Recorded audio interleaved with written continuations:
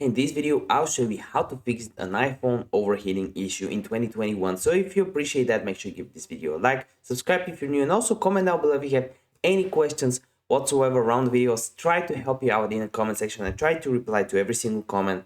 So let's start with the first thing you can do, and it's actually to make sure that your iPhone is up to date. So you want to go on your settings, you click on general, and you want to click on the software update option, and you want to make sure that your software is up to date. You want to make sure that is done, because sometimes Apple is aware of overheating issues with some models, and whenever they do an update, that's fixed. So this is the first thing you want to do.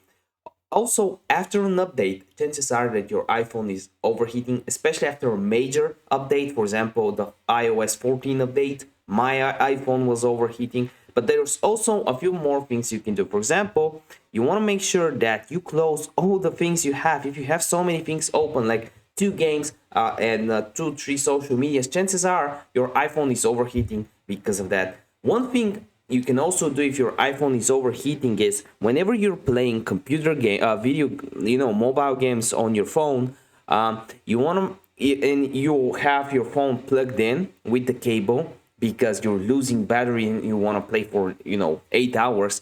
Your iPhone will overheat. That's normal. Your computer will overheat if you play a lot, if you work a lot on it. That's normal. So you want to let your phone rest every few hours because that's not healthy for your phone. Playing games and having it plugged in is not healthy. I'm working on my phone, I'm recording these videos, and I don't have it plugged in because whenever it overheats, it's better to just leave it to rest. If this video helped you out, give it a like, and I want to see you in the comment section and in another video. Bye.